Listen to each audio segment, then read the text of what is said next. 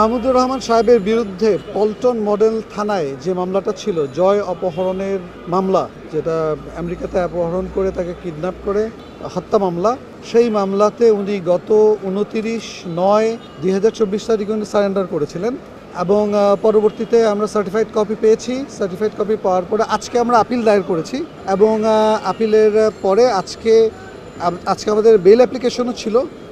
Bell application শুনে মাননীয় আদালত উনি জামিন মঞ্জুর করেছেন। তো মাহমুদুর রহমান সাহেব আজকে জামিন পেয়েছেন এই মামলায়।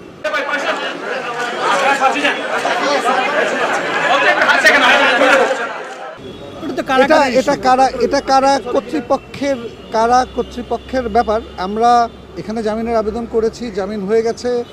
আমাদের দায়িত্ব ছিল বেইল বন্ড সাইন করা, আমরা বেইল বন্ড সাইন করে জমা দিয়ে দিয়েছি। এই মামলায় আসলে ওনার বিরুদ্ধে তেমন কোনো অভিযোগই ছিল না। এটা একটা হাস্যকর মামলা। এই পুরো মামলার চার্জশিটে এফআইআরে ওনার নাম ছিল না, এজাহারে ওনার নাম ছিল না। পরবর্তীতে উনি যখন জেল হাজত থেকে মুক্তি পাচ্ছিলেন, অন্যান্য মামলায় বেল পেয়ে উনি যাতে জেল হাজত থেকে বের না হতে পারেন এর জন্য এই মামলায় তাকে শোন অ্যারেস্ট দেখানো হয়েছে কোনো রকম অ্যালিগেশন ছাড়া।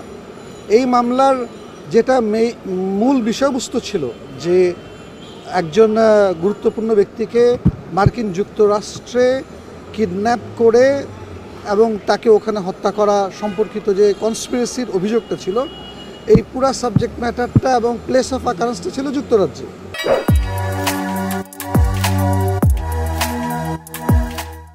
বাংলাদেশে এই মামলা হওয়ারই কথা না এবং মাহমুদুর রহমান সাহেব যুক্তরাষ্ট্রে এবং মাহমুদুর রহমান যুক্তরাষ্ট্রে এই পুরো সময়টা কখনো যাননি। উনি কিভাবে কনস্পিরেসি করেছেন এই রিলেটেড কোনো এভিডেন্সও কোর্টে সাবমিট করা হয় নাই। উনি কার সাথে কনস্পিরেসি করেছেন, কখন করেছেন, কোথায় করেছেন, এমন কোনো এভিডেন্সও কোর্টে আসেনি। তারপরও সেই মামলার মধ্যে তাকে সাজা দেওয়া হয়েছে, 5 বছর সাজা একটা ধারায়, অন্য একটা ধারায় 2 বছর সাজা দিয়ে মোট 7 বছর সাজা দেওয়া হয়েছিল।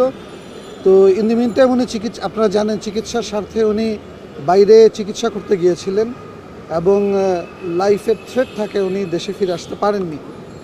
এখন গত 27 তারিখে দেশে ফিরে এসে প্রথমেই উনি অ্যাজ সুন অ্যাজ পসিবল 29 তারিখে উনি কোর্টে সারেন্ডার করলেন, জেল হাজতে গেলেন এবং আজকে জামিন পেয়েছেন। আমরা আশা করি উনি অতি দ্রুত জামিনে বের হয়ে আসবেন।